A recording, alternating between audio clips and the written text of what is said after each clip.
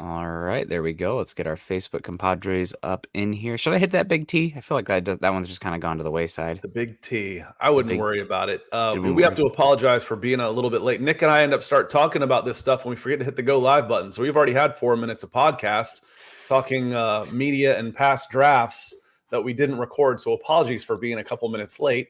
But we are here today. Nick, good morning.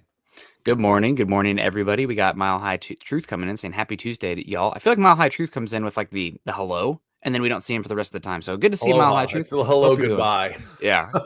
I'm here. I'm lurking, but good to see Mile High Truth. Joey's in the house too. Let's ride Broncos country. We got Juan Gonzalez coming in. Happy belated Easter, Juan, assuming based on your picture there. Good morning, Nick and Scott. Abraham Lucas 64, Sam Williams 75, and Cam Taylor Britt 96.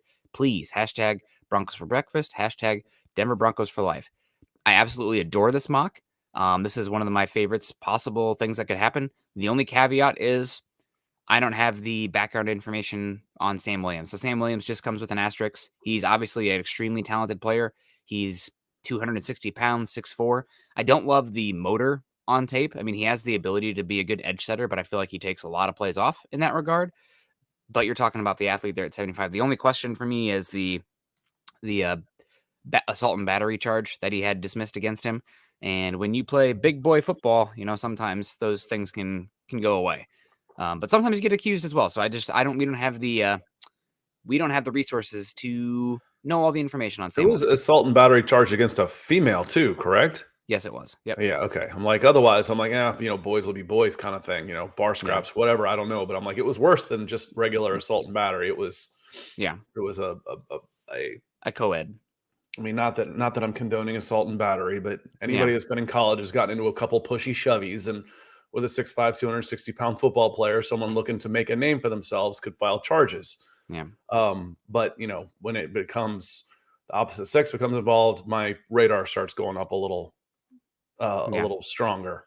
And there's always, things here and there, like information. Like if you recall, Jeffrey Simmons, before he went to Mississippi State, got in a neighborhood brawl where there's video of him beating up or punching a female, but that female was beating the absolute heck out of his sister just moments prior to that. So, I mean, there's always information. Not that he should have gotten involved, be smarter than that, but, it's hard. I mean, I don't want to get into this too much, but, Joe Mixon. Yeah, Joe Mixon as well. There's video on that. It's horrendous. And I showed it to my daughter. Yep. I said, she's got a big brother and she'll take a swig at him sometimes and do all this kind of stuff. I said, listen, what happened? I'm like, well, she got knocked out and broke her jaw hitting the table. She hit him first. I'm like, how does she avoid this? That doesn't condone him. Don't get me wrong. If I'm her dad, Joe Mixon would be in trouble. But how do you stay out of this? To teach my daughter, I say is like, I was in a crosswalk. Doesn't do you any good. You got run over. Doesn't matter whose fault it is. If you're the one that gets run over, what can you do to avoid this type of thing? So that one would it get dismissed, Nick? I think so. Dismissed. Yeah. And so we'll see. There again, there's a lot there that, but again, he might be the only one that's there out of that mock. Just get back to purely football. Cam Taylor Britt might not be there at 96 and Abraham Lucas might not be there at 64. Yeah, but this is a dream mock from Juan, so we'll live in the dream world here. The DWI guys, Ethan coming in. Good afternoon, Jensen Broncos country. Good to see you, Ethan. We also got Mark coming in. Good morning to all. Good to see you, Mark. Another Mark Bowen. First Mark Hoynack, and now Mark Bowen. Starting the day with the Broncos. All right. Let's get a little Matthew McConaughey going on there. You got a Matthew McConaughey impersonation for me, Scott? No, I don't. No. Okay. All right. It's worth asking. Good morning to you, Mark. Big E Bronco also. Good morning, all. US Dave coming in. Buenos dias, compadres. EJ saying, good morning, Nick and Scott in Broncos country. Quick question. Who is your favorite NFL player of all time? For me, I mean, I'm just going to be basic, but I absolutely love Peyton Manning. He's funny. He's, larger than life. I felt like even though Tom Brady is, I would say, the GOAT now with everything he's done, New England and Tampa Bay, I don't think he ever eclipsed Peyton Manning's brand and personality. I think he tried, but he just never could be Peyton. It was just so easy for Peyton to be likable and funny and quick and et cetera, et cetera. I don't know if it's like the kind of Southern draw. That Southern aw shucks thing is a con. Yeah. I always said that all the time. It's like, we talk nice and slow. Well, slow down there, city boy. Don't take advantage of us slow talking Southerners. Go ahead and sign right here. Yeah, make sure you initial that page. Thank you. Pleasure doing business with you. Yeah. I love Peyton. I mean, his SNL blips or his skits were some of my favorite. I absolutely love the one, obviously the Boys and Girls Club, where he's just pelting the kids with football. I also really love the one where it's like halftime in the locker room and he's like doing the dance moves. Great skit. Very, very funny. I love Peyton. For me, Jesse Tuggle, easy one. Undrafted free agent, Valdosta State, 5'11". Mr. Falcon, as far as I'm concerned. Non-Falcons, my first favorite player of all time was Tony Dorsett. So he comes to mind right away. Number 33. I love those silver helmets when I was a kid, the silver and blue of the Dallas Cowboys when I was a kid. After that, I don't know. I was a big Deion Sanders fan everywhere. Just, his – and the thing is I'm not big about, the hey, look at me attitude, but and which goes completely against – that's how awesome Deion was. Deion had fun with it. Deion – wasn't Terrell Owens in that regard. He wasn't like spiteful with it. He was fun with it, and his teammates loved him no matter where he went. So I was a big primetime fan. But Jesse Tuggle, easy answer for me. All-time favorite player.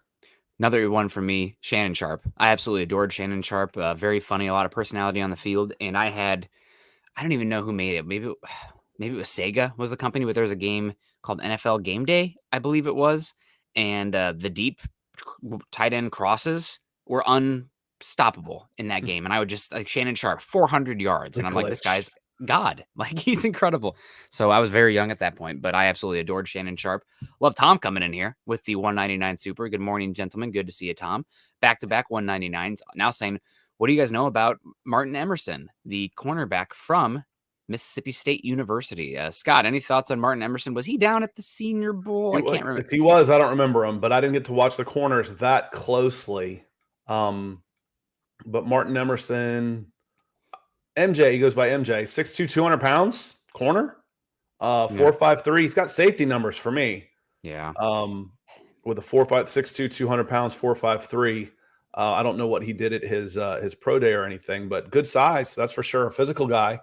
But he ran at the 40 at the NFL Combine with he's got safety size. Is about what I know about him right now.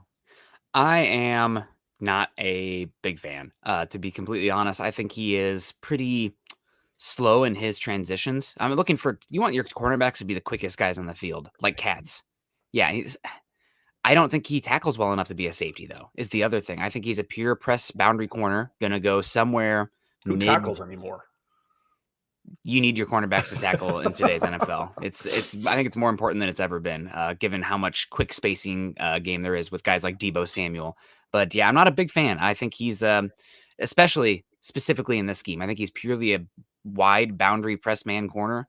And the Rams, the last 3 seasons, have played more off coverage than any team in the NFL. I'm assuming that's going to translate over to the Broncos. You'll still see some press, but would you rather have Martin Emerson pressing or Patrick Surtain Jr., who Richard Sherman says has teach tape with press coverage? That's that kind of thing. So I'm looking for more of an off coverage guy who has a little bit more inside outside versatility. So it's a hard pass for Martin Emerson for me. I know for some reason there's some hype on him. I don't get it. I don't see it with him at all. Jacob Foster coming in with the support. Thank you so much, Jacob. And coming back because I just want to get back to that cornerback conversation because I can't let anything go.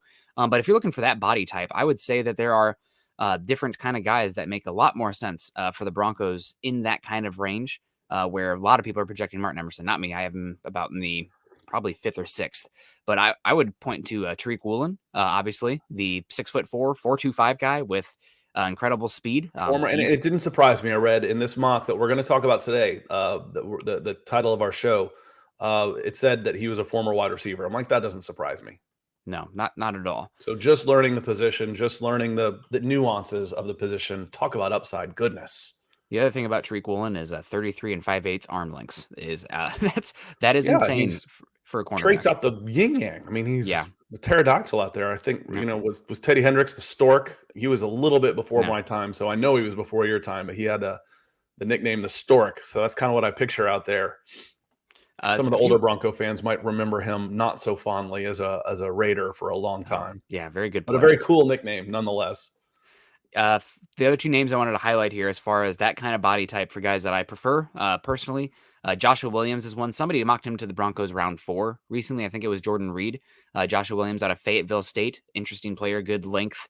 And the last one that's maybe being a little bit slept on, but I kind of like in this range as well, is Caleb Evans from Missouri. He's a little skinny, but I think he's a better athlete than Martin Emerson as well. So some names to keep in mind if you're looking for that body type. Let's keep going. Hello with some hellos here to some people.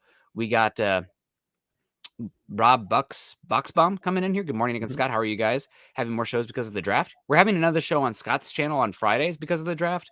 But we've been going Monday, Tuesday, Thursday since the dawn of time. It feels like at this point.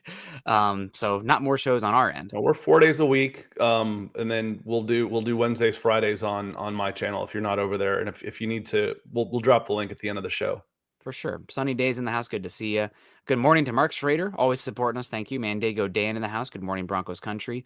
Oh, go ahead. Sorry. No, we're gonna take care of some business first. We're gonna hit the fuchsia, the hot pink coming in, 50 pounds from across the pond. Thank you for that very generous super chat, my friend.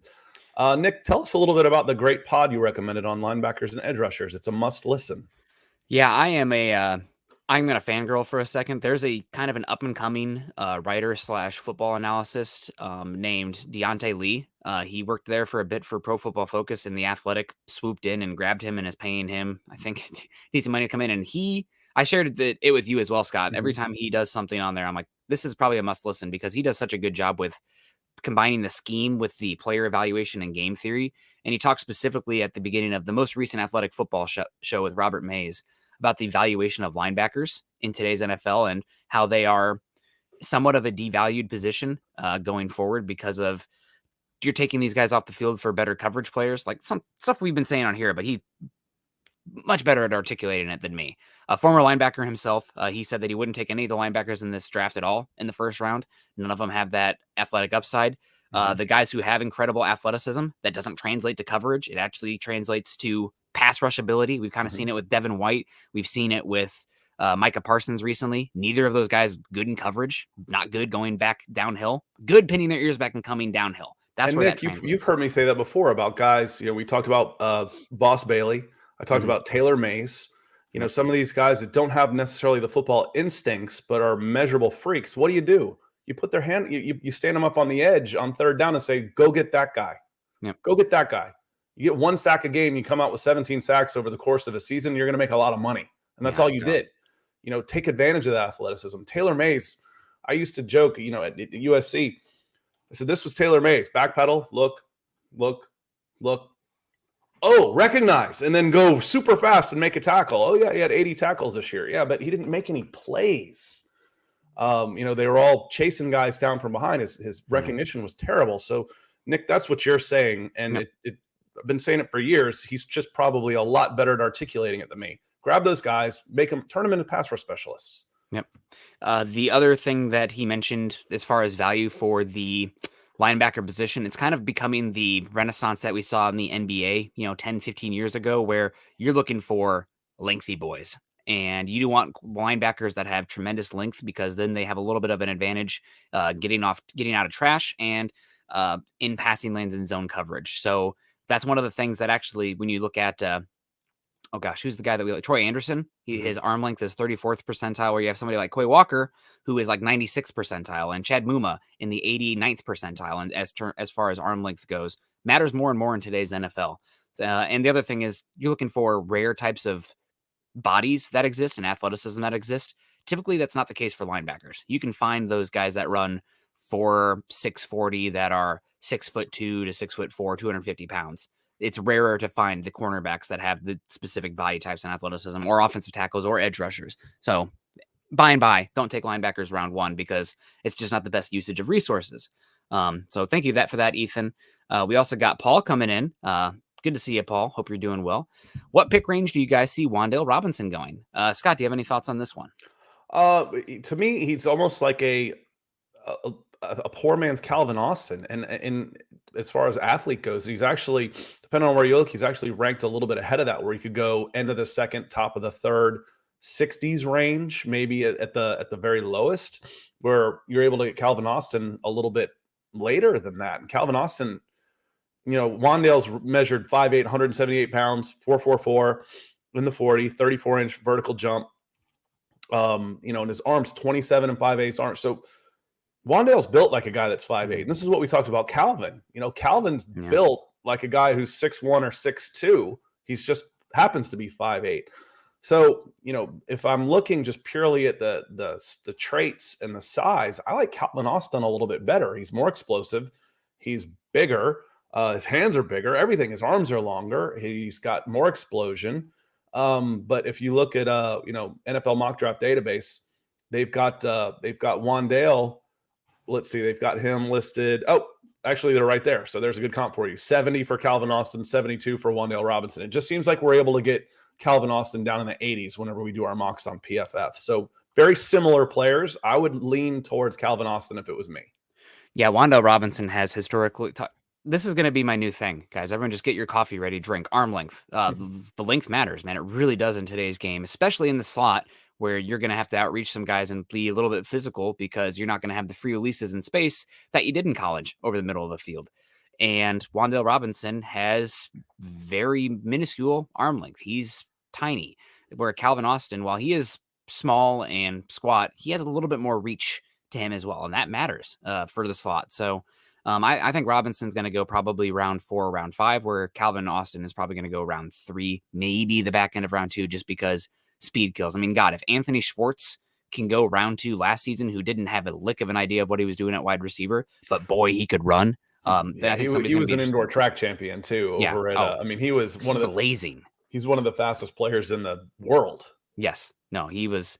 God, I remember just using him on jet sweeps and stuff, just a different speed. It's like when you're playing, you have a 99 speed player in Madden, you're playing on rookie. Like, I can just run circles around you over and over again. So, Kayleon Green, aloha to you, Kayleon. Hope you're doing well. Clayton Huron, morning, guys. Smash that like button and share. Yeah, it's a small group so far this morning, but if you guys haven't done so yet, please get up top here and give us the likes and the whatever reaction. We got Dave Glassman with the wow. And real quick, Paul, thank you for that very generous super coming in orange this morning. Thank you very much. Helping to keep the lights on, keep my forehead nice and shiny with these lights going. Paul also says he needs some coffee. Go get that coffee, Paul. Yeah, very much so. Stephen Bumgarner, good morning, everyone. Stephen rocking the beautiful Russell Wilson edit there with the old school uniform. Good morning to MHH's best team. Us? God, well, thank you. We'll take it, but I don't know about that. Thank you so much. Joey said his favorite player was Bo Jackson. You can't say Bo Jackson as a Bronco fan. There's got to be a bylaw about talking up Raiders. Like I used to love Bill Romanowski. Now I won't even say it anymore because I have shame in my heart for how he. Yeah, Bo Jackson was almost like an icon to himself, though. Yeah, Bo Jackson wasn't a Raider. Bo Jackson was just Bo Jackson. Yeah, it's strange. It's strange. He transcended the aura of Bo Jackson transcended any one single team. Yeah, and Joey coming in and saying Steve Atwater spoke about Emerson being a fit in Denver. I would want to sit down and poke Steve on that. Steve and I have talked a few times at the NFL Combine, and that, to me, this is just me being a scientist. You say something, well, now I have 100 more questions that I need answered because I need to understand your thought process here, because I don't see a cornerback that can do anything but boundary press man, given how tight he is in his hips. And I don't even think he's that good of an athlete to recover when he misses his press. So free safety. Yeah. But then you have the tackling issues. Safety's got to come downhill and fill the alley. And I just don't think he's super physical. So I don't know, man. I don't. Probably why they had him playing corner. Yeah. Yeah. That's, I said this about Bebe. May he rest in peace. He was soft in high school. Yeah. He was soft. They had him playing corner. And that's why, he's 6'4", 220 pounds. He was playing cornerback. He's like, man, this guy's soft. Who did we talk about that a little bit yesterday, Nick? We were talking about one of your linebackers, maybe Brandon Smith. And I said, maybe, throw him down in the pit of the practice squad and baptism by fire, because Bebe was one of those guys. Steven Davis was one of those guys. Who else was one of those guys? Was Derrick Henry was one of those guys. They were super soft. And that's crazy. They learned and they adjusted. Yeah. So, if you're going to miss on a guy, maybe you could take a flyer on a guy like Brandon Smith out of Penn State, who Nick says isn't the most physical of linebackers in the world. And you toss him in the crucible and get baptism by fire and see if he comes out, and maybe you get somebody, because those traits are hard to come by. Yeah. He's a freak. I mean, I think he's one of the highest Ross athletes of all time. Those are the kind of guys you swing on, but you also have to know that like everybody's obsessed with Ross right now, which I love because it's an athletic metric. And if more data we can get and more people understanding how metrics matter, the better, in my opinion, to make smarter football fans. But Well, it's a also, bigger, faster, stronger league. I've said it a zillion times. This is Yeah. not a skill-based sport. Football is an athlete's game. mostly, I will say, Compared to the other sports, Oh, it's an yes. athlete's game. Compared to baseball, compared to basketball, compared to soccer, compared to hockey, it is an athlete's game. Yeah. Man, I might argue a little bit with basketball with you just because those are some freak athletes as well. Oh, they're freak athletes, but Yeah. you can't just take a freak athlete and throw him out and play NBA basketball. Yeah. I don't know if you remember Stromile Swift. You wouldn't remember him. No. He didn't do anything. He was at LSU, 6'8", 6'9". This was like coming out after Shaq. Just a monster of an athlete. But being able to the footwork and the dribbling ability and the shooting, all of that stuff is, you're going to have your Shaquille O'Neals and your Wilt Chamberlains, of course, but nobody is picking up basketball their junior year of college because they flunked out of football and making the NBA. That doesn't happen. No. That happens all the time. Like, oh, this guy didn't pick up football until his senior year of high school. Now he's a first round draft pick. It's an athlete's game. That doesn't happen in other sports. It doesn't go the other direction. Track first. That is just athletes. But no, for sure. We got Dom coming in here. Good morning, against Scott in Broncos country. By any chance, do you guys see the new Georgia Bulldogs championship ring? I have not. I saw Atlanta's. Congrats to you, Scott, but I have not seen Georgia's yet. It's badass. Well, good, man. Georgia, you guys have a very interesting run coming. I'm excited to see what happens here. A little bit envious because go Big Ten, but it should be good football down there in the SEC. Hopefully the Broncos can get one of the defensive players from the Georgia Bulldogs, or what about the cornerback from Cincinnati? You're not getting – you might be able to get one of the players from Georgia's defense. You're not going to get the cornerback from Cincinnati because the cornerback from Cincinnati's going top 10. He tested well enough. He can do outside, inside, and people rave about his demeanor, how locked in he is. I can't remember who he's training with, but I was listening to an interview where they said, they had some pretty predominant defensive backs working in that room, and then Sauce Gardner came a little bit later because he was in the playoffs, and the dynamic instantly changed. The intensity ratcheted up. I mean, I hate to use the cliche word, but like a tone setter for everybody in that room. So he's going to go high. Kobe Bryant's the other guy. I think he was actually Jim Thorpe. Is that the award for the cornerbacks room? Or the defensive backs? He won it this year, but the reason he won it is because nobody was throwing at Sauce Gardner. So it's like the Trevon Walker case, or excuse me, Trevon Diggs this year, who honestly I don't think is a super good cornerback, but they tested him over and over again, and he got burnt and gave up like the most yards in the NFL, but he also had the most picks because they were going at him constantly. Yeah. So that's the Kobe Bryant case. I don't think he should have sniffed that award. Good for him. I mean, I guess, but I don't think I think he's probably going to get another. Reminds me, the other Kobe Bryant has the most baskets because he has the most shots. Yeah, that's like me with jokes, just high volume, and eventually some of them are going to hit. But something's going to stick. Yeah, we got Curly coming in here. Curly, what a name, man. I love it. Go Broncos from Abbeville, Louisiana. Abbeville. You would know that better than me. I should have left that one for you. I do not know down south. Mark coming in too. Shannon started out as a wide receiver, was about to get cut, and then the tight ends camp came up lame. Rest is history. Yeah, some cool stories like that. Dave Glassman, I think with the support here, it's funny when I click it, Dave, the blue heart goes away because it lights up blue on my end. So I'm like, oh, one heart. Nope, it's two hearts. Peter Middleton coming in saying, which player comes out of nowhere to cement a first team position? So off the Broncos this season. I'll give it to you first, Scott. Who do you think? I saw it, so I got a guy in mind. Yeah. Jonas Griffith. That's a good one. That would be out of nowhere because we're talking out of nowhere here. So who's a dark horse to secure a starting spot? Jonas Griffith. You can't say Albert Okwuegbunam. It's been handed to him. Russell Wilson. So of the guys that I think could step up and get a starting position, it would be Jonas Griffith that ends up getting more snaps and playing. That to me would be the top one. Or I might go, there's the interior line is wide open. Mm-hmm. But to me, that's not necessarily coming out of nowhere. So the dark horse for me would be Jonas Griffith. Well, I mean, we cover this team, an inch wide, but a mile deep. So it's pretty hard for us to say anybody's coming out of nowhere because we're talking about, second and third string. Two guys come to mind for me, though. One of them is just based on history. And that would be Michael Ojemudia coming out as a starter this season. He only played a few games last year because he had a slow bleeder hamstring that cost him almost the whole season. But his Week 17 game was actually really good. I don't sleep on him. So he would come out because Ronald Darby has an extensive injury history, so he could miss out. And the other one who could potentially, quote unquote, come out of nowhere, I would say, is Caden Stearns, because you did bring back Kareem Jackson, but Kareem Jackson's play was dropping last season precipitously, and Caden Stearns is more of an ascending player. And I kind of have Caden Stearns already penciled in as a starter in my mind. Yeah, over Kareem Jackson, with Kareem Jackson being the I backup. do. It's definitely possible. I do.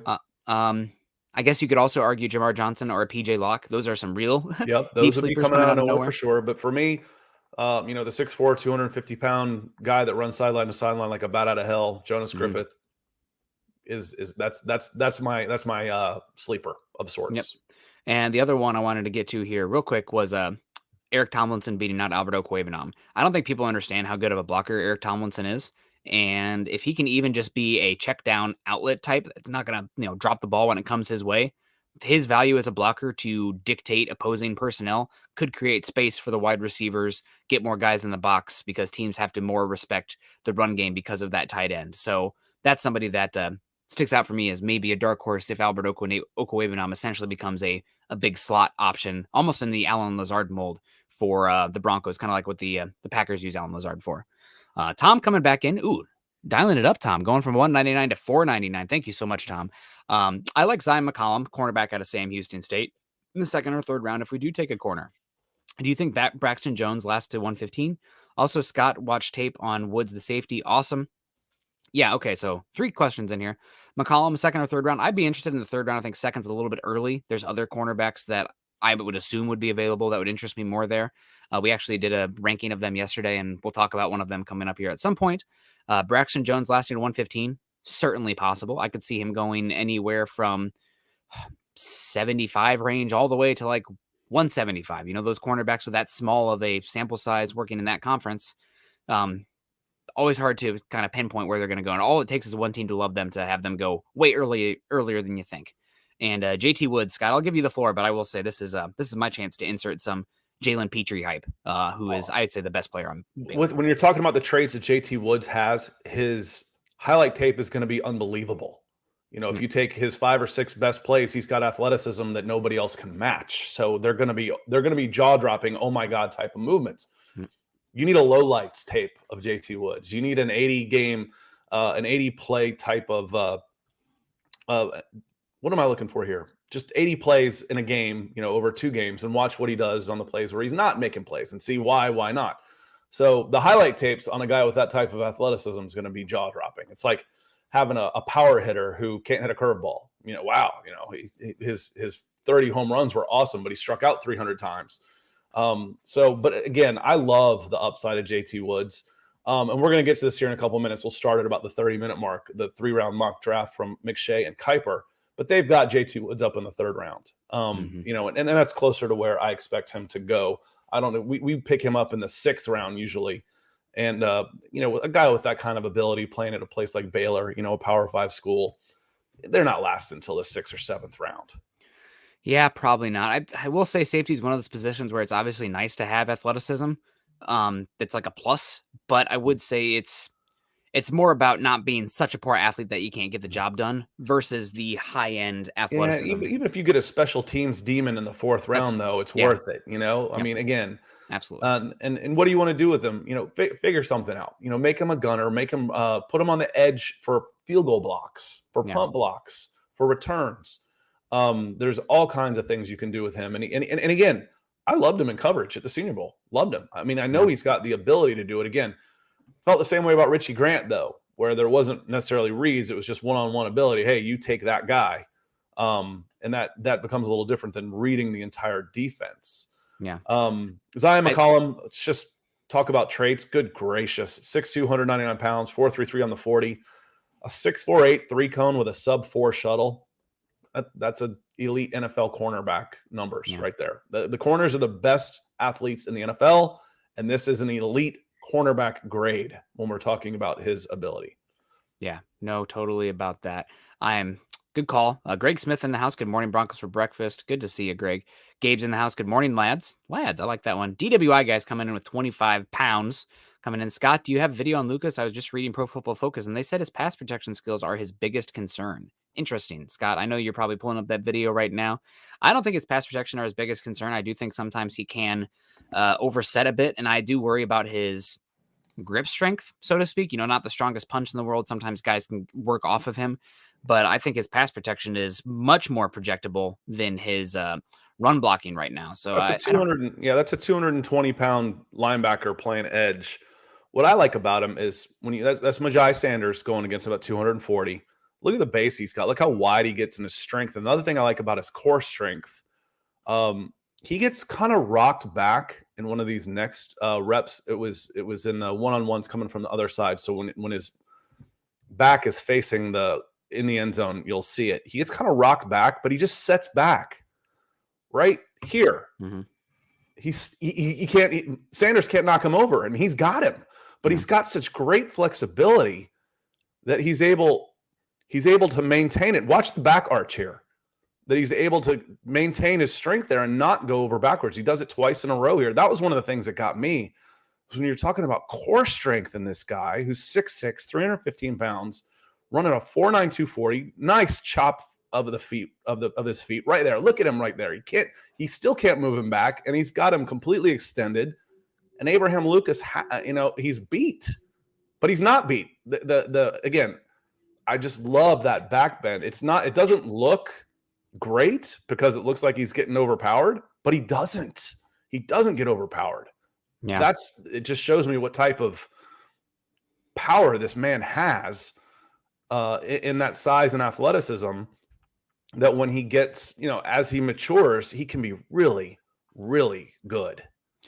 Yeah, he is going to be 24 years old this year, so a little bit older as a player. Again, I don't worry that much. Linemen, we want linemen to play till they're 35, 36 years old. Yep.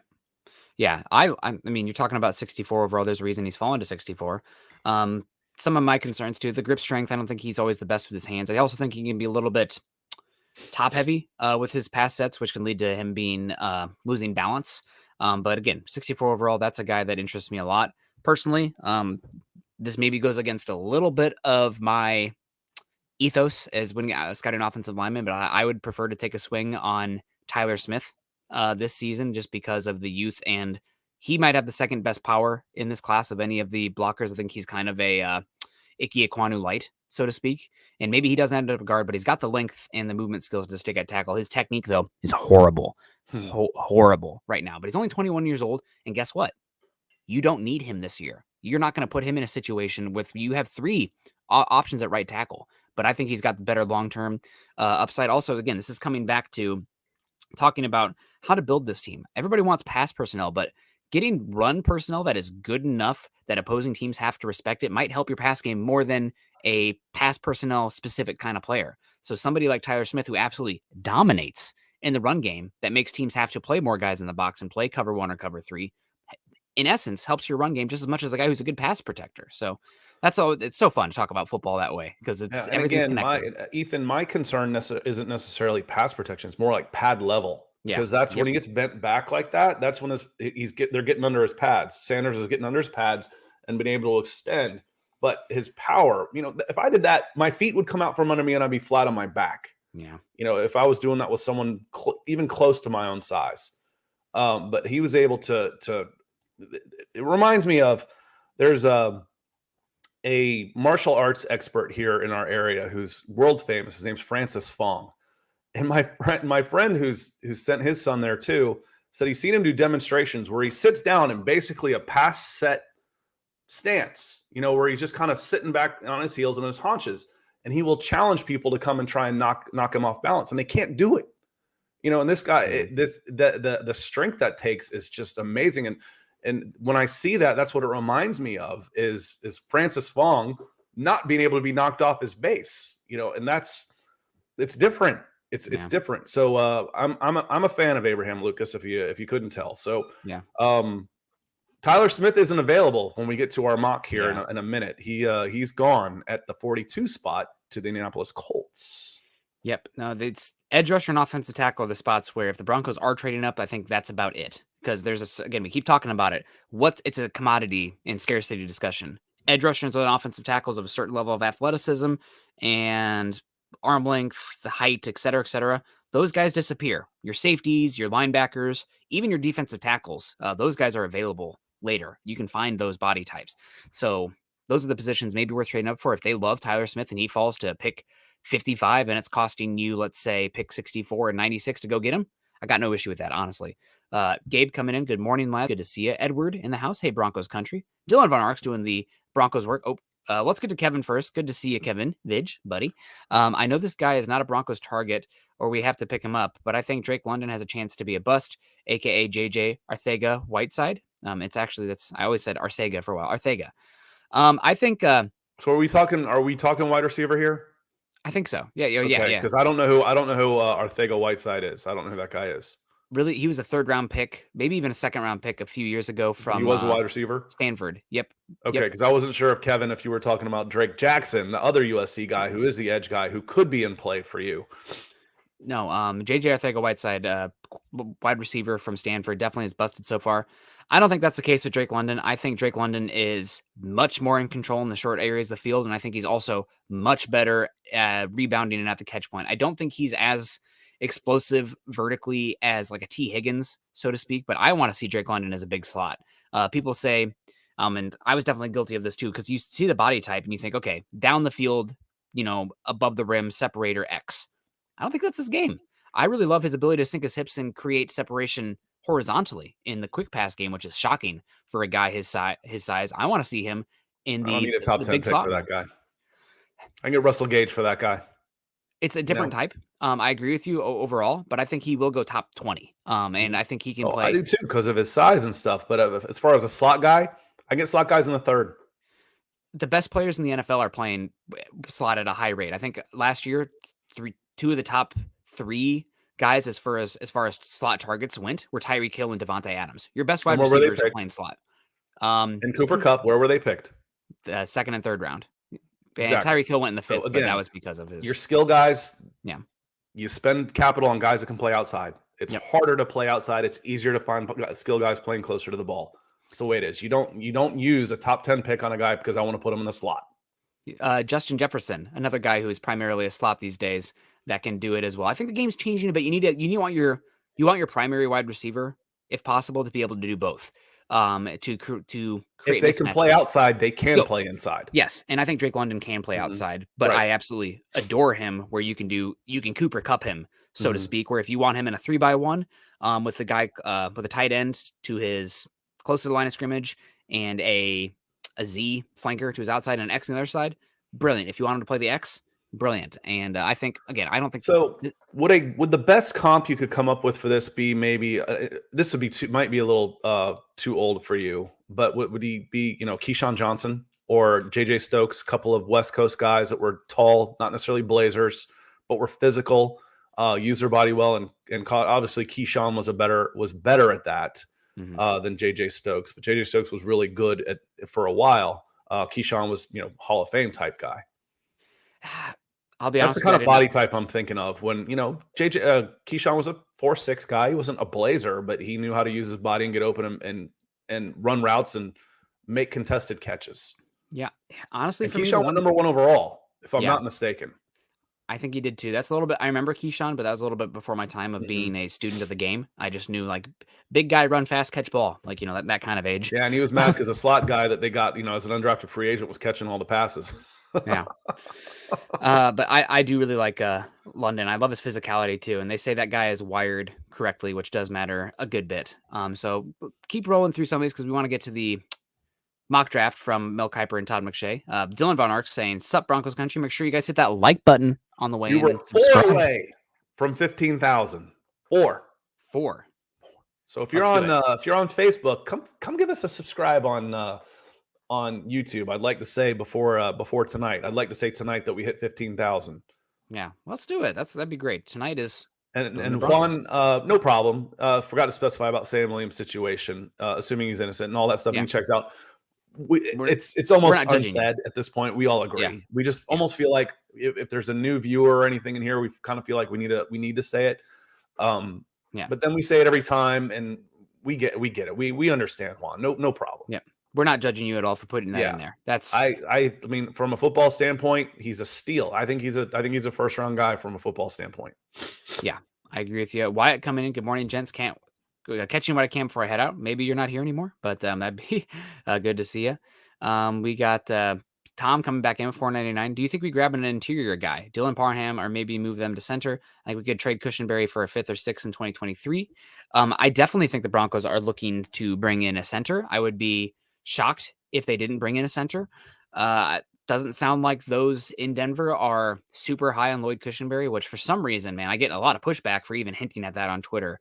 But Lloyd Cushenberry has been a bottom 5 center in football. Before, we didn't talk about it that much because you could not pass go when talking about the quarterback. Like the center position doesn't matter until the quarterback position matters, right? Like you have to cross that hurdle first. But now we're here at the roster where it's like, well, how can the Broncos improve the margins? And I honestly think improving the center position is going to improve your offense more than improving the tight end. Everybody's screaming tight end, tight end. Lloyd Cushenberry has been terrible. And another thing here, then this is a little birdie. I sent this to Scott yesterday, but originally it was talking about, okay, well, who are the other options? Graham Glasgow. Maybe Graham Glasgow at 6'6" is not a good fit for Russell Wilson. Maybe Russell Wilson has indicated as such to the Broncos front office that he wouldn't want a 6'6" center playing in front of him. So that means that you probably are going to the draft and looking for a center there. Dylan Parham would be a great option if he's there at 64 or 75. You got to consider it. Cam Jurgens from Nebraska is another great option. Cole Strange is another good option. UTC, University of Tennessee, Chattanooga. Yep. The Mocs. I like the moccasins too. It's one of my favorite mascots. But there's a lot of good. Yes, you should come out of this draft with competition at center guard. You absolutely should. Yes. Donovan West, another option as well to keep an eye on. And Zach Tom, I thought maybe a little bit too tall, but because he was listed at 6'6", but he's closer to 6'4", so another guy to keep an eye on there. The Broncos are definitely doing work on centers for a reason. Franklin Peterson coming in, $5 super. Thoughts on Mario Goodrich, cornerback from Clemson, 115 to 116. Love the show. Go Broncos. Mario Goodrich has been solid, good athlete. I'll be honest, I didn't watch him as much as I did the other center because I thought Andrew Booth stole the show every time I watched with the height, weight, speed, and recovery ability. But Mario Goodrich is definitely a interesting option there for the Broncos at 115 and 116. And I think the big things you should be looking for here for the Broncos at the cornerback position is good tackling ability and inside-outside projectability. Because right now you don't know what the future is for Ronald Darby. Michael Ojimoudi just has 2 years of control left. But right now, the only guy I feel comfortable with playing the slot is Kawan Williams. So you probably want somebody who can do a little bit of both for their cornerback role. Lance Zerline, NFL.com, says he is physical. So he's 6 foot, 190 pounds, 195 pounds right in there, 4'5" guy. So could be. And then NFL Mock Draft Database has him right in that area, has him like 112. So if you're looking for a corner at that spot, could be an option for sure. Wanted to get to this comment from D Porter. He said, D Porter says, "Hey guys, I love your live streams and your knowledge of the game. I'm not even really a Broncos fan. I'm more of a fantasy fiend. Thanks for all the insight." Well, we love having you here. Nick and I are both, we grow up fans of teams. That's why we're all here. We're all here because we're fans of team. But I'm a fan of the game. I'm a fan of the players. I'm a fan of the process. And so is Nick. And I think that's what hopefully y'all enjoy all of that too. And some of the – I'm a cynic and Nick is super analytical. So try and give the both sides of everything. Try yes buts on all of the takes on these. And we've been on the show a little bit more than a year, and we're having a good time doing it. So appreciate you being here, D. Yeah, and Tim Johnson saying, Nick and Scott, just want to say hi. Love the show and go Broncos. Let's ride. And we also got Lawrence coming in here. Sup, guys? I'm late. That's okay. Better late than never. Good to see you. Now, we've got to get to this. I do want to get to this. Let's do it. It's been a great chat, and we're 45 minutes in, and I'll put that in the description saying we get to the actual topic of the show at 45 minutes. So the topic of the show was Mel Kiper Jr. and Todd McShay did an alternating 3-round draft. So McShay had the odds, and Kiper had the even. So 1, 2, 3, 4, all the way down. And they went through all 3 rounds, 105 picks. And the first pick for the at 64 with Mel Kiper, because he had the evens, for the Denver Broncos via the LA Rams was Cam Taylor Britt, listed as safety from Nebraska. Kiper says Denver Delta Wade's premium picks land Russell Wilson, and this is one from the Rams trade for Von Miller. Taylor Britt's 4.38 40 at the combine wowed scouts. He played a lot of corner in college, but I see his best position as a free safety in the NFL. Interesting that he has him at safety, but this is talking about something that we keep screaming on here for the Broncos, the defensive back. Versatility, and length. And Cam Taylor Britt has both. He's a good physical cornerback. And God, I'm going to have a few drinks after this talking so much about... Go take a shower. Yeah, the Nebraska, the Bug Eaters. Can you believe they used to be called the Bug Eaters? That just kills me. It's too funny.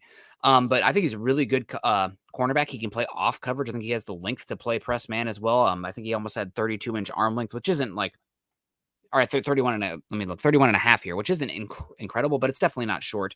Very good in the 40-yard dash, the sub 4.40, and good size. I think he can still probably add a little bit of weight, which apparently he did, going from the combine to the pro day, going from 196 to 207. I'd love him to play in about the 205 to 215 range, and a very, very good player. The biggest thing here for me is the medicals. He has had a good bit of injuries in his career. He's suffered a torn meniscus in 2015.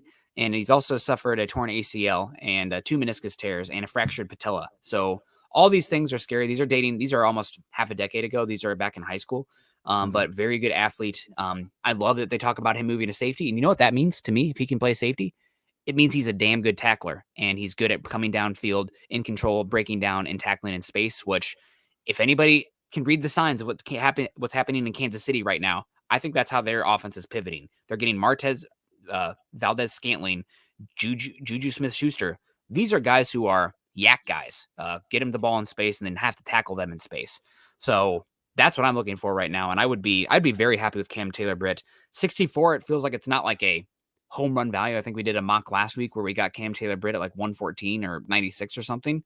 But I think this is where he is going to end up going because of the athleticism and the size. 5'11", 196. And we start talking about this safety, corner, defensive back. Slot, yeah. You know, again, it's defensive back. What do you play? I play defensive back. I'm going to dime 25, 30, 33% of the time. I need defensive backs 5 and 6 out on the field. Are they a freewheeling safety? Are they a big corner? Or it doesn't really matter what you think of it. It's can they make plays? It's almost, you know, the rover position of sort. Are they versatile enough to be able to play that dime? So I think, you know, the way that Mel Kiper talks about him, I think it'd be a pretty solid pick. It almost sounds to me like, you know, JT Woods light, but with better instincts, you know, better with better coverage instincts. By taking him, you passed on Wan'Dale Robinson, Channing Tindall, Chad Muma went 67, a couple other names. And then here's a name that I think you might not want to have passed on.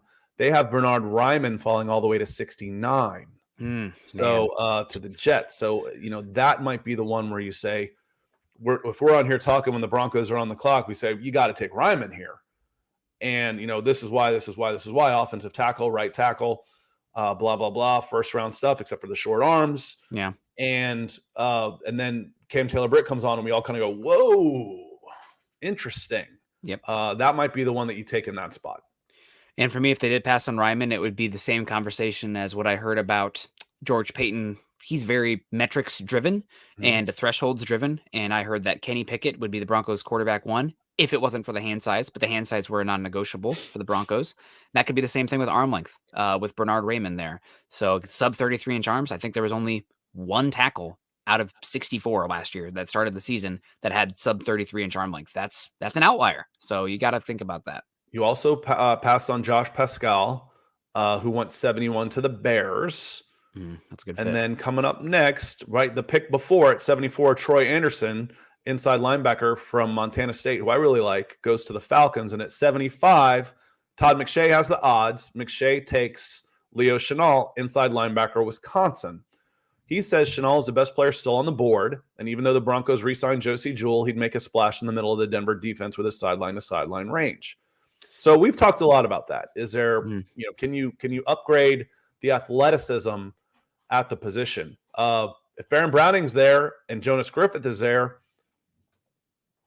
no, no, this isn't necessarily a huge upgrade in those, but you might need those guys other places. The injuries could be an interesting pick. Nick, what do you think about Chenal at that spot at 75? I don't mind it at 75, Leo, and this might be me being biased about players who absolutely beat the living hell out of my Iowa Hawkeyes. Kind of like how George Karlaftis had like 20 pressures in the Iowa game. Still a really good player, but not the same as Leo Chenal. But Leo Chenal killed Iowa.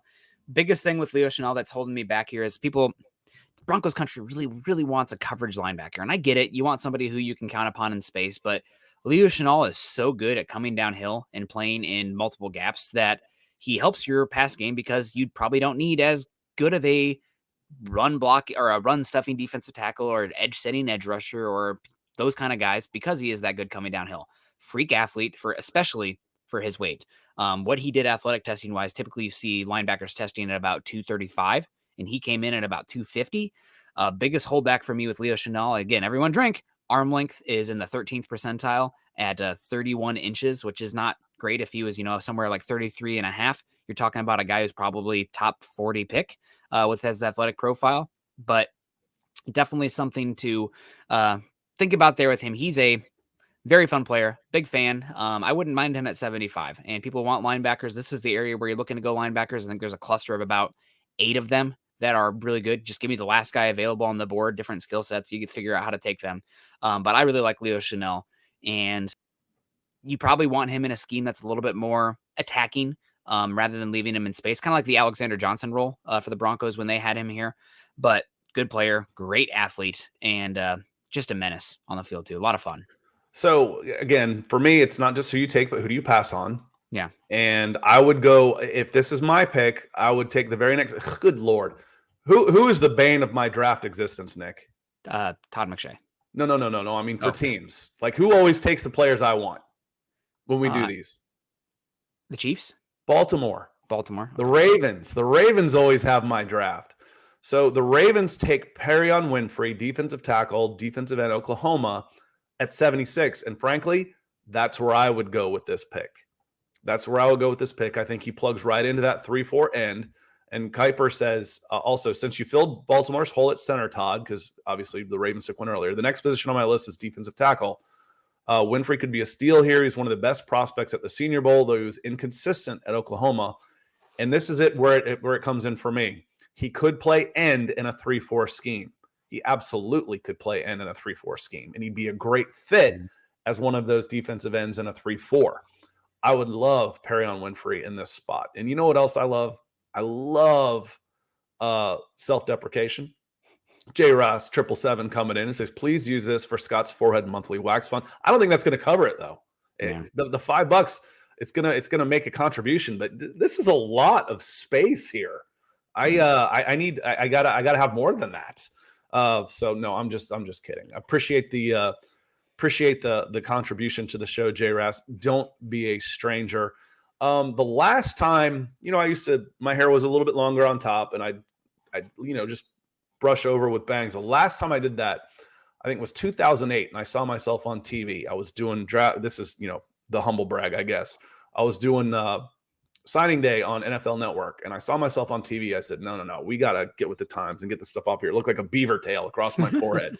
Like, I'd rather have the big shiny forehead than the beaver tail coming across here. So we went that direction. Yeah. And I was just reading about Chenal real quick, in the first line here. Absolutely shocking. Oh my God, I've just had a double take. I could never read that right. Leo Chenal, who is the 12th oldest of 16 kids born and raised in northern Wisconsin. 16 kids. Leo. Oh my God, that is. I know his brother played fullback for Wisconsin, but I guess probably half his siblings play for the Badgers up there in North Wisconsin. 16 kids. God. I have nothing. I don't know if there's some twins or triplets in there, but that's just staying pregnant. What do you do for a living? I stay pregnant. God, everything I want to say might be misconstrued as inappropriate. So I have thoughts of what's the show? Monty Python, A Meaning of Life, going through my head here. But let's keep it going here. The Broncos picking 96 here, which is really an interesting one here, and one that actually is something I can get behind for a position that I've talked down for the Broncos. Another pick, just real quick before we move on. Daniel Okay. Faalele, offensive tackle, 79 to the Chargers, is someone else that's interesting. And I saw Marcus Jones, one of the questions in the chat, may have been Tommy, has Marcus Jones going to the Houston Texans at 80. So we get down to, what are we, 95, 96? Yeah, 96. 96. 96 means even. So Mel Kiper is back on the board via the Denver Broncos Von Miller trade to the Rams. Mel Kiper takes Jelani Woods, tight end Virginia. And the description here, I don't particularly like, because, again, we've said before, Nick, the reason why we're here in tight end is because the last big headline for national guys was Noah Fant. Noah Fant was included in the draft. If the last big headline was Denver Broncos sign Albert Okwuegbunam from the Pittsburgh Steelers as a free agent, nobody's talking tight end. Yeah. Nobody's talking tight end. So, Albert Okwuegbunam in this draft would probably be a better prospect than Jelani Woods. So the description on this one is, with Noah Fant shipped to Seattle in the trade for Russell Wilson, who's going to play tight end in Denver? I know who. Nick, do you know who? Probably. Woods wasn't much of a receiver at Oklahoma State, but he caught 8 touchdown passes after transferring to Virginia in 2021. He has some intriguing physical tools. So for me, that one's almost like, I know they lost a guy, so I'll fill a guy here, but I'm really not sure what to do because I have to make 105 picks and type out words on all of them, and I'm kind of tired now. So I'm not against the pick, but it just, reading, kind of between the lines here, it just felt like a little bit of a lazy pick. You know what? I keep disparaging the tight end position for the Broncos because of the way that a lot of people are discussing a lot of these tight ends. Jelani Woods is one that actually makes a lot of sense for me if you didn't already have Albert Okwuegbunam. But it's the same kind of thing where, okay, if Russell Wilson doesn't use the short middle of the field as much as almost any quarterback in the NFL not named Kyler Murray, how can he utilize tight ends? Ones that run seams, ones that run posts, ones that run deep crossers. Enter Jelani Woods.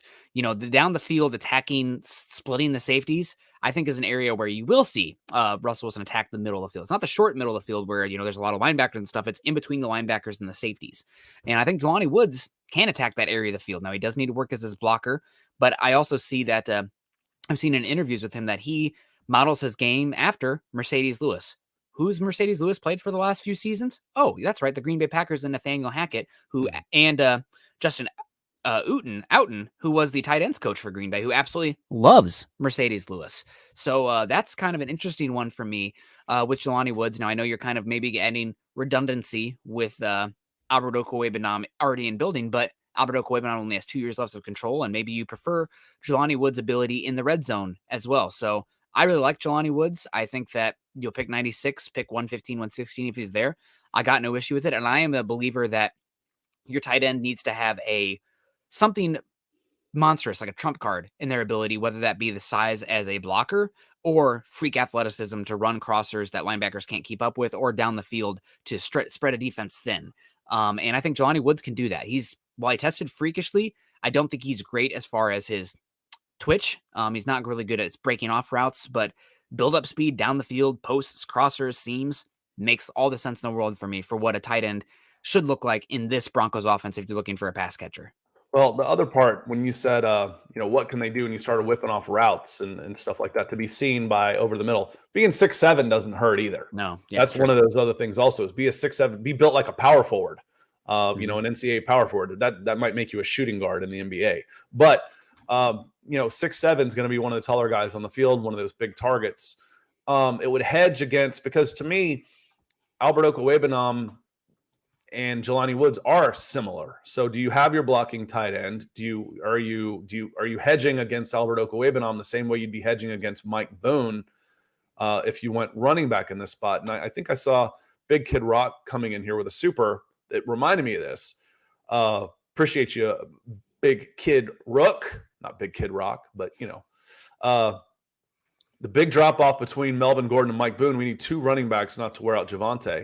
It will help set up the passing game for Russell. And that's the question. How big of a drop off is it? I've said this several times with all the running back talk. The more and more I hear running back, the more I hear not Mike Boone, not Mike Boone, not Mike Boone. If I hear tight end and I get a pass catching tight end similar to Albert Okwuegbunam, it's hedging. It's hedging. And it's nice to be in a position where you don't have such gaping holes that you can hedge your bets like that in the draft. Appreciate the super BKR. Yeah, thank you so much, BKR. And guys, we are at an hour now, almost on the dot. So we got to get on out of here.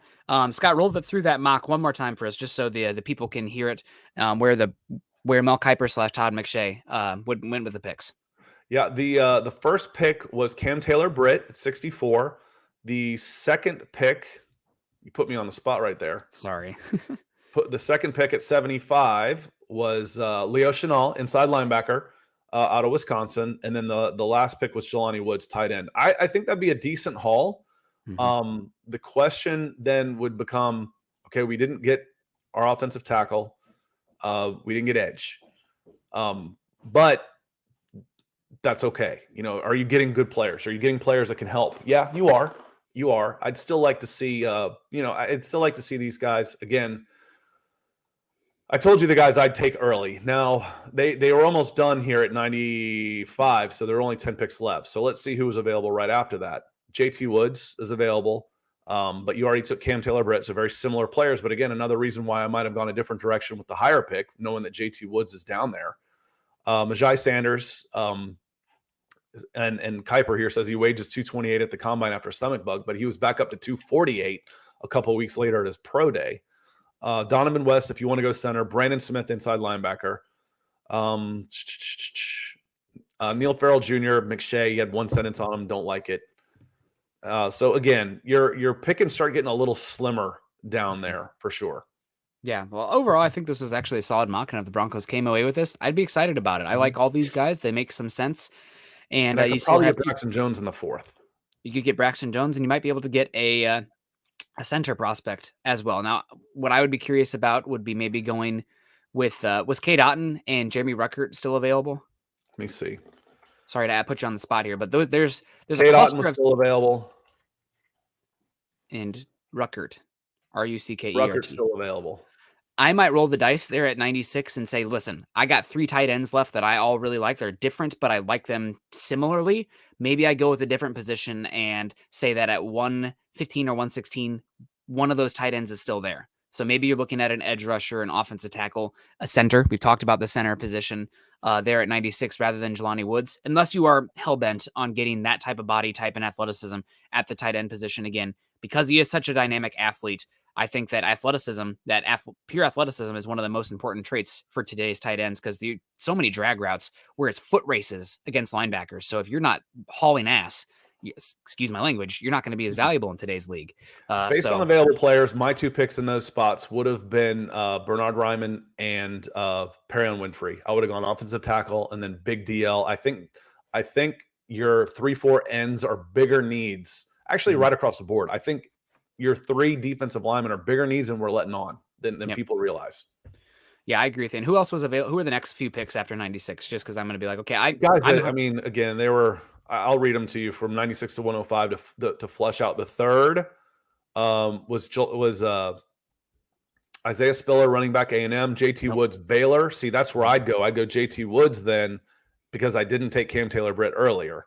Isaiah Likely, tight end. Majai Sanders, edge, Cincinnati. Donovan West, center, Arizona State.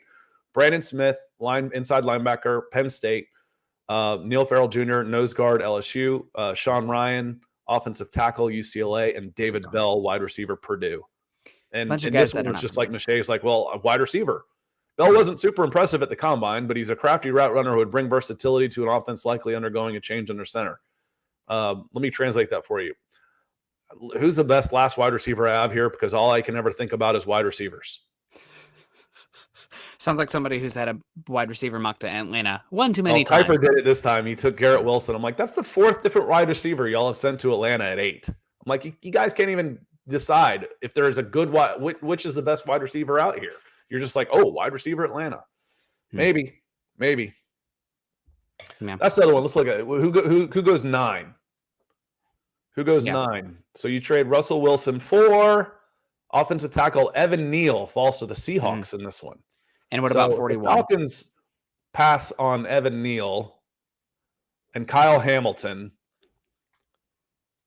I'm going to raise hell. Yeah, you probably should take a wide receiver. And who did the Seahawks take at 41? Just that's the other. The Seahawks at 41 take Quay Walker, inside linebacker. Quay Walker, my linebacker 2 in this draft class, behind Devin Lloyd, and then Chad Muma number 3. So Quay Walker, man, I was listening again. Shout out to that podcast again. The linebacker at Georgia who played the most slot snaps that played in coverage, not Nakobe Dean, who is plummeting right now. It's Quay Walker. We'll see. Plummeting in the media isn't the same thing as plummeting on draft day. Sure. He might not go round 1, I guess, is the long and short of it. But all right, guys, we got to get out of here. We'll see you again tomorrow on Scott's channel. Scott can drop it in the chat here like he talked about earlier, because we are going live and, milking that cow for the draft content as much as possible, because once it's gone, we're going to miss it. Make sure you guys are following Scott and I on Twitter. Scott is at Scout Kennedy. I am at Nick Kendell, MHH. Also follow us at Huddle Up Pod, as well as at Mile High Huddle. If you haven't done so yet, make sure you're following our Facebook account at facebook.com/Mile High Huddle, as well as our Facebook account at facebook.com/Mile High Huddle Pod. And like, subscribe, and share on YouTube. If you're listening after the fact also, that probably means you're listening on Apple iTunes. Find us on Apple iTunes. Find the reviews, scroll down, leave us a 5-star rating and a review. Helps us a heck of a lot. And seriously, if you haven't done so yet, subscribe to us on YouTube, because we're like 14,999. We're one. Who's going to be the 15,000? I wish I could tell. I wish I could tell who would be the 15,000th. I'd offer you something just for fun, but I can't tell who it would be. It's me. Offer me something for fun, Scott. I did it. So I'll unsubscribe and then resubscribe. And yeah, guys, make sure you are tuning into Scott's channel tomorrow, where we're going to be going live once again. And I don't know if we got to this one talking about the running back. Thank you so much, Big Kid Rook, for your support. Thank you, everybody, for joining us today. We'll see you tomorrow on Scott's channel. Everyone stay safe, choose kindness, choose compassion. Go Broncos. I want to say thanks real quick. You usually throw it back to me one more time. I want to say thanks to our Super Chat superstars: Big Kid Rook, J Ras 777, D Porter, Franklin Peterson, Tom Lockhuff, Kevin 7, Paul 826, and the benefactor Ethan, the DWI guys. Jacob Foster came in on I remember Jacob Foster coming in, Lawrence Rivera coming in, Peter Middleton coming in on Facebook, and I apologize if I forget you, but I think I got everybody. So again, y'all have turned this into just an awesome morning for us, and we're glad you love it. Keeping the lights on here, making sure we're doing more and more, and hopefully upping our game for you. So thank you so much. Yeah, thank you guys so much. We appreciate you. Everyone have a great rest of your day. We'll see you tonight on Building the Broncos. We'll see you tomorrow on Scott's channel for Forging the Falcons. You guys have a good one. We'll see you later. Go Broncos.